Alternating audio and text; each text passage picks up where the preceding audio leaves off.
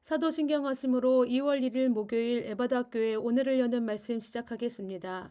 나는 전능하신 아버지 하나님 천지의 창조주를 믿습니다. 나는 그의 유일하신 아들 우리 주 예수 그리스도를 믿습니다. 그는 성령으로 잉태되어 동정녀 마리아에게서 나시고 본디오 빌라도에게 고난을 받아 십자가에 못 박혀 죽으시고 장사된 지 사흘 만에 죽은 자 가운데서 다시 살아나셨으며 하늘에 오르시어 전능하신 아버지 하나님 우편에 앉아 계시다가 거기로부터 살아있는 자와 죽은 자를 심판하러 오십니다. 나는 성령을 믿으며 거룩한 공교회와 성도의 교제와 죄를 용서받는 것과 몸의 부활과 영생을 믿습니다. 아멘. 오늘 우리에게 주신 하나님의 말씀은 잠언 29장 1절에서 27절까지 말씀입니다. 하나님의 말씀 봉독하겠습니다. 자주 책망을 받으면서도 목이 곧은 사람은 갑자기 팽함을 당하고 피하지 못하리라. 의인이 많아지면 백성이 즐거워하고 악인이 권세를 잡으면 백성이 탄식하느니라. 지혜를 사모하는 자는 아비를 즐겁게 하여도 창기와 사귀는 자는 재물을 잃느니라. 왕은 정의로 나라를 견고하게 하나 뇌물을 억지로 내게 하는 자는 나라를 멸망시키느니라. 이웃에게 아첨하는 것은 그의 발 앞에 그물을 치는 것이니라. 악인이 범죄하는 것은 스스로 올무가 되게 하는 것이나 의인은 노래하고 기뻐하느니라. 의인은 가난한 자의 사정을 알아주나 악인은 알아줄 지식이 없느니라. 거만한 자는 성읍을 요란하게 하여도 슬기로운 자는 노를 그치게 하느니라. 지혜로운 자와 미련한 자가 다투면 지혜로운 자가 노하든지 웃든지 그 다툼은 그침이 없느니라. 피 흘리기를 좋아하는 자는 온전한 자를 미워하고 정직한 자의 생명을 찾느니라. 어리석은 자는 자기의 노를 다 드러내어도 지혜로운 자는 그것을 억제하느니라. 관원이 거짓말을 들으면 그의 하인들은 다 악하게 되느니라. 가난한 자와 포악한 자가 섞여 살거니와 여호와께서는 그 모두의 눈에 빛을 주시느니라. 왕이 가난한 자를 성실히 신원하며 그의 왕위가 영원히 경고하리라. 채찍과 꾸지람이 지혜를 주거늘 임의로 행하게 버려둔 자식은 어미를 욕되게 하느니라. 악인이 많아지면 죄도 많아지나니 의인은 그들의 망함을 보리라.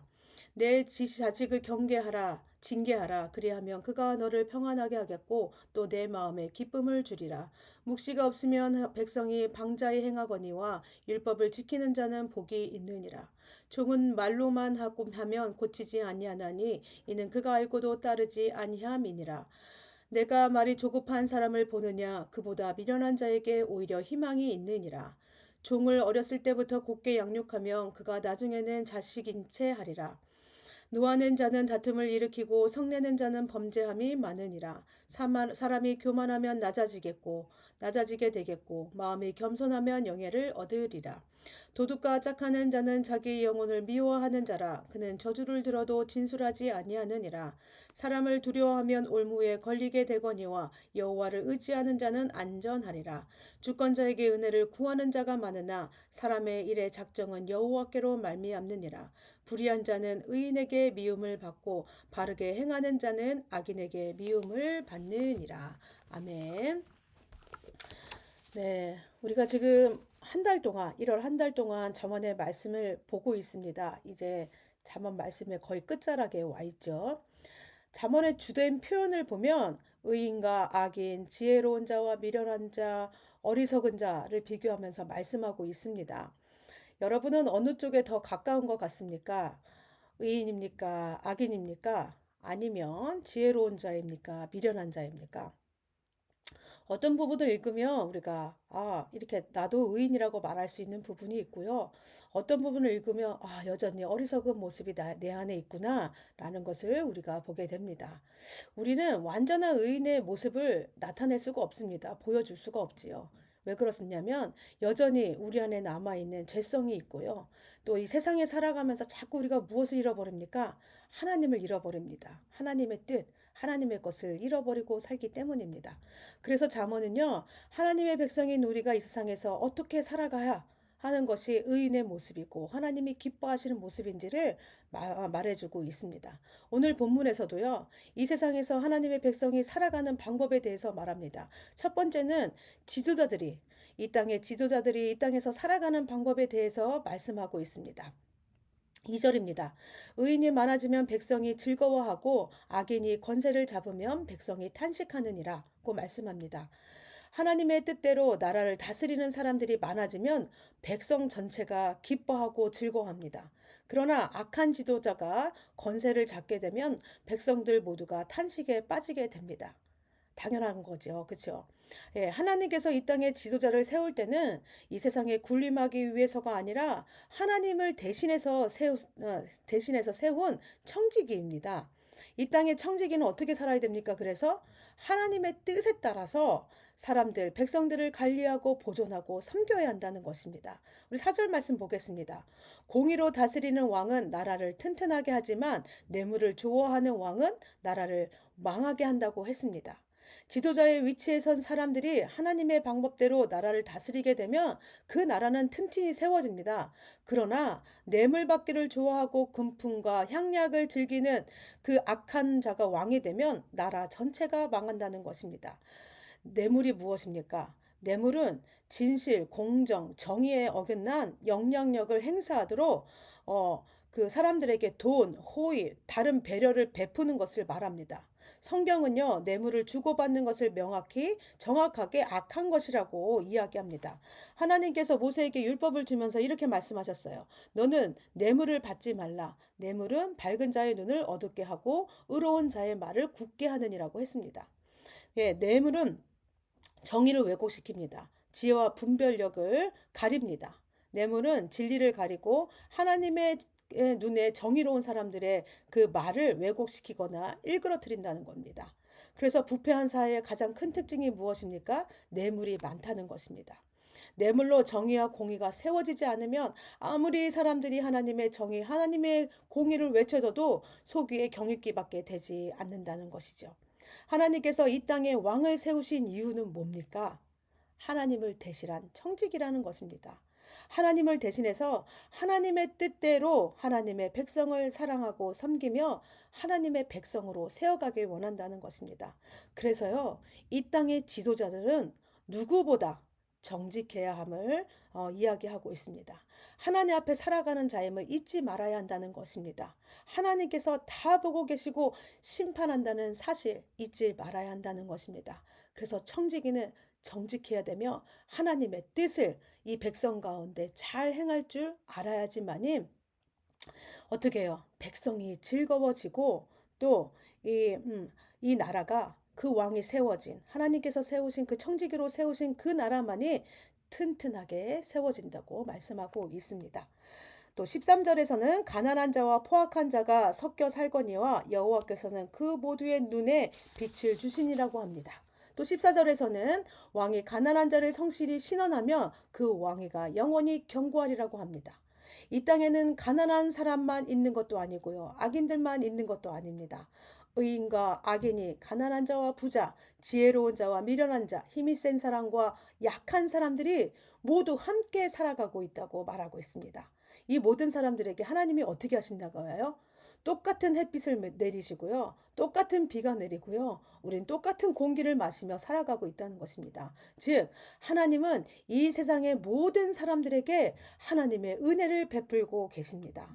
우리가 살아가는 이 세상은 그냥 흘러가는 것처럼 보이지만 가난한 자들도 악한 자들도 불의한 자들도 의인들도 결국에는 하나님의 은혜로 살아가고 있음을 말하고 있습니다. 눈에 보이는 세상의 전부가 아니라 보이지 않는 하나님의 손길이 이 땅 모든 곳에서 일하고 계심을 지금 보여주고 있습니다. 그래서 왕이 자신의 왕위를 견고하기 위해서는 어떻게 해야 하냐면 하나님께서 갖고 계신 그 관심, 그 시선, 네, 왕도 그 시선을 맞춰야 된다는 것입니다. 하나님은 누구한테 어떤 영혼에게 관심을 갖고 있습니까? 가난한 자, 네, 가난한 자, 약한 자들한테 갖고 있다는 것이죠. 그래서 하나님은 가난한 자를 아끼시고 사랑하시며 우리가 함께 돌보기를 원합니다. 왕의 자리를 견고하게 하고 싶다면 어떻게 하는 것입니까? 하나님의 관심과 시선을 왕도 함께 따라가야 한다는 것이죠. 그것이 힘이 없고 가난한 자들을 잘 살피는 것이고 또 힘이 있고 권력이 있는 자들부터 이 억울한 일을 당하지 않도록 이 가난한 자들, 이 약한 자들을 자들의 그 목소리를 들어주고 함께 이 자들을, 그 가난한 자들을 세워가야 한다는 것을 말씀하고 있습니다. 네, 내 왕위를 견고하게 지킬 수 있는 것은 사람의 힘이 아니라 보이지 않는 손길 가운데 일하고 계시는 하나님이 일하는 것입니다. 그래서 이 위정자들, 정치가들, 위에 권력을 잡은 자들이 해야 할 일은 뭐냐면 하나님의 시선이 어디에 있는지, 하나님의 관심이 어디에 있는지 함께 바라보며 함께 하나님께서 원하시는 뜻들을 세워가야 한다는 것입니다. 둘째로 백성에게 율법을 가르치게 힘써야 하며 악인을 경계한다고 지금 말하고 있습니다. 16절입니다. 악인이 많아지면 죄도 많아지나니 의인은 그들의 망함을 보리라고 말씀합니다. 악인이 많으면 죄가 많아집니다. 당연한 이야기죠. 그런데 악인이 많아져 죄가 많아지면 어떤 현상이 일어나냐면 사회 전체 분위기가 악이라고 말하지 못합니다. 악을 쫓아가게 된다는 것이죠. 그리고 죄인이 형통한 것처럼 보입니다. 의의를 지키며 살아가는 사람들이 손해를 보며 살아갑니다. 또한 의인에 대한 핍박이 심해지고 의를 위해 살기 힘들어집니다. 요즘 지금 우리가 살아가는 세상의 모습이죠.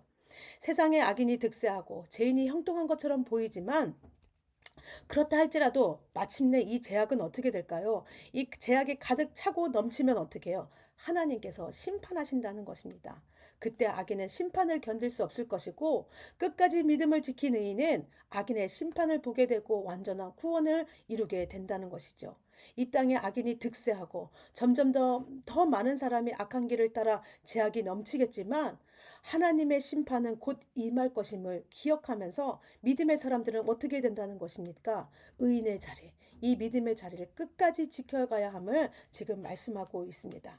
18절 말씀입니다. 묵시가 없으면 백성이 방자히 행하거니와 율법을 지키는 자는 복이 있느니라고 말합니다. 여기서 묵시란 구약시대 때 선지자나 예언자들이 하나님의 계시를 받았던 꿈이나 환상을 의미합니다.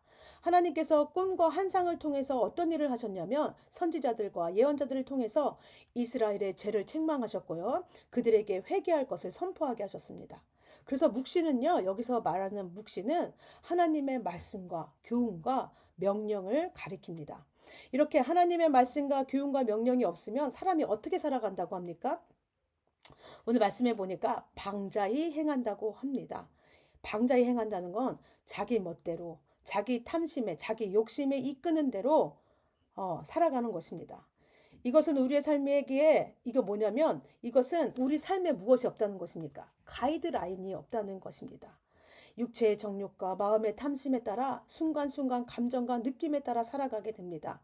이렇게 사는 것이 자유롭게 사는 것 같고 신나게 살 것 같고 우리를 행복하게 할 것 같지만 그렇지 않다는 것입니다. 여러분, 스포츠 경기가 왜 재미있습니까? 그 이유는요, 규칙이 있고 룰이 있기 때문입니다. 만일 이 규칙과 룰이 없다면 어떻게 해요? 재미가 없습니다. 인생도 마찬가지입니다. 무제한적으로 자유를 준다는 것은 오히려 어떻게 해요? 인간을 파멸로 이끌어 간다는 것입니다. 그런데 하나님의 말씀을 지키는 자는 마지막에 보니까 복이 있다고 말합니다. 하나님의 말씀을 지킬 때 행복하다는 말입니다. 이것은요, 하나님의 말씀을 지키는 자가 느끼는 행복감입니다. 하나님의 말씀을 그것을 지키는 자를 행복하게 하며 그 말씀을 지키는 자들을 말씀을 지킴으로 무엇을 느끼게 하냐며 행복감을 느끼게 한다는 것입니다. 여러분, 우리의 행복은요, 우리의 복은요, 내 마음대로 살아갈 때 찾아오는 것이 아니라 하나님의 말씀이 기준이 되고 하나님의 말씀이 가이드라인이 되어서 우리를 하나님의 말씀대로 따라가게 할 때, 하나님 말씀대로 따라 순종할 때 우리가 행복해진다고 말씀하고 있는 것입니다. 그래서 여러분, 우리에게 아무것도 없이 그냥 내 마음대로 살아가는 것이 행복이 아니라 하나님의 말씀이 가이드라인이 되어서 우리를 이끌 때, 우리가 그 길을 따라갈 때 우리가 행복해짐을 알아야 합니다. 셋째로 하나님 앞에서 이제 겸손에 대해서 말합니다. 25절 26절입니다. 사람을 두려워하면 올무에 걸리게 되거니와 여호와를 의지하는 자는 안전하리라. 26절 주권자에게 은혜를 구하는 자가 많으나 사람의 일의 작정은 여호와께로 말미암느니라. 우리가 하나님을 믿는다는 것은 여러분 이제 우리 삶의 주인이 바뀌었다는 것을 의미합니다. 이제 사람의 통치 아래에 있는 것이 아니라 하나님 통치 아래에 있게 되었습니다. 하나님을 왕으로 섬기게 된 사람들입니다. 하나님이 주인이 되었습니다. 그렇다면 이제 하나님을 왕으로 섬기는 이 백성들의 두려움의 대상도 달라지게 됩니다. 자, 하나님을 왕으로 섬기는 사람들의 이제 두려움의 대상이 누가 되어야 됩니까? 사람을 두려워하는 것이 아니라, 사람의 눈치를 보는 것이 아니라 하나님을 두려워하고 하나님의 눈치를 살펴야 한다는 것입니다. 사람을 두려워하고 눈치를 보게 되면 어떤 일이 생깁니까? 그것이 올무가 된다고 합니다. 사람에게 은혜를 입어야 하기 때문에 어떻게 해요? 사람에게 잘해야 됩니다. 그러면 이 사람에게 아첨하게 되고요. 아까 전에 봤듯이 냄을 바쳐야 되고요. 그 사람에게 충성해야 합니다. 그런데 이것은 결국 뭐라는 거예요? 자신의 욕심을 이루기 위해 하나님의 말씀을 버리는 행위가 되는 것입니다. 여러분, 우리가 의지할 분은 하나님 한 분뿐이십니다. 우리가 의지할 때 그때 뭐라고 해요? 그때 가장 안전하다고 말씀하고 있습니다. 그래서 26절 말씀처럼 어떻게 해요? 주권자에게 은혜를 구하는 자가 많으나 사람의 일의 작정은 여호와께로 말미암는다고 말합니다. 예, 나라를 다스리는 자에게 잘 보이려고 해도 결국은 어떻게 해요?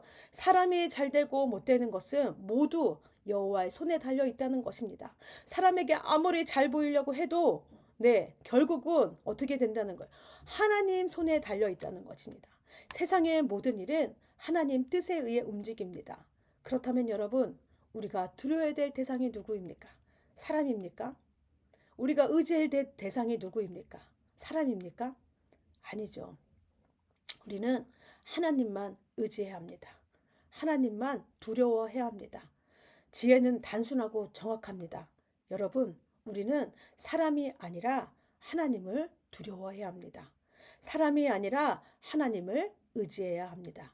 그럴 때 하나님은 우리를 가장 행복하고 풍성한 삶으로 인도해 주십니다. 또 가장 안전한 곳으로 우리를 인도해 주십니다. 오늘 하루도 우리 오늘 전해주신 전한 하나님의 말씀을 기억하면서 우리가 하나님만 의지하고 하나님만 두려워하고 하나님 앞에서 살아가는 여러분들 다 되시기를 바랍니다. 우리 함께 기도하겠습니다. 우리 말씀을 위해 기도하실 때는 하나님께서 이 땅의 주인임을 우리가 알게 하여 주시옵소서. 하나님의 말씀에 따라 이 땅이 움직이고 있음을 우리가 기억하게 하여 주시옵소서. 그래서 하나님, 우리가 사람을 의지하고 사람을 두려워하는 것이 아니라 하나님을 두려워하고 하나님만 의지하며 살아가는 우리가 되게 하여 주시옵소서라고 기도해 주시기 바랍니다. 가정을 위해 기도하실 때는 하나님의 말씀을 우리 가정이 하나님의 말씀을 잘 가르치고 지키는 가정이 되어서 하나님의 말씀을 지켜가는 순종해가는 그 행복감으로 가득한 가정이 되게 하여 주시옵소서라고 기도해 주시기 바랍니다. 교회를 위해 기도하실 때는 우리 겨울 사역을 위해서 함께 기도해 주시기 바랍니다. 우리 아동팀 성경학교가 2월 3일, 4일, 5일까지 진행이 됩니다. 네, 우리 아동팀 우리 아이들 한 명 한 명 기억하면서 이 아이들이 이 성경학교를 통해서 하나님과 함께 살아가는 삶을 배우고 또 하나님과 더 친밀해지고 하나님을 아는 지혜가 더 자라는 그런 성경학교 되게 해달라고 기도해 주시고 또 우리가 5일에는 또 서울랜드 가는 우리 함께 야외에서 또 하나님의 주신 자연에서 또 우리가 함께 그 시간을 보내는데 우리 아이들이 그 시간에서 하나님 안전하게 우리를 지켜주시고 하나님께서 만들어주신 그 세상에서 하나님의 그 놀라운 손길들을 또 발견하며 나가는 우리 아이들 되게 해달라고 성경학교를 위해서 특별히 기도해 주시기 바랍니다. 나라를 위해 기도하실 때는 우리 위정자들이 하나님의 말씀과 기준에 따라 하나님께서 위정자들을 세우신 그 목적에 따라 가난하고 힘없고 소외된 이웃들을 억울한 일 당하지 않도록 힘든 일 당하지 않도록 그들을 돌보고 섬기게 하여 주시옵소서라고 기도해 주시기 바랍니다. 오늘 공동체 기도는 승정희 집사님입니다. 우리 승정희 집사님 개인의 기도 제목은 예배를 사모함으로 하나님 앞에 늘 머물러 있을 수 있도록 하나님의 음성에 민감하게 반응할 수 있도록 또 가정을 위한 기도 제목입니다. 하나님을 가까이 하며 하나님을 더 사랑하는 가정이 되길 하나님의 사랑을 나누며 서로가 서로를 더 소중히 여기며 가정을 소중히 지켜나갈 수 있도록 또 삶의 현장을 위한 기도 제목입니다. 일할 수 있음을 감사하며 기쁨으로 일할 수 있도록 교회를 위한 기도 제목입니다. 함께 자라가는 교회, 함께 하나님을 바라보며 하나님의 나라를 세워가는 교회 될 수 있도록 사회와 나라, 온 세계를 위한 기도 제목입니다. 하나님께서 주시는 평강이 사회와 나라와 온 세계 위에 가득하기를 위한 기도 제목을 갖고 계십니다. 우리 승정희 집사님 기억하시면서 또 기도 제목 기억하시면서 우리 집사님을 축복하며 우리 함께 기도하는 시간 되길 원하고요. 또 개인의 기도 제목과 그 외에 생각나시는 분들 기도 제목 있으면 함께 기도하신 후에 주기도문 하심으로 모든 순서 마치겠습니다.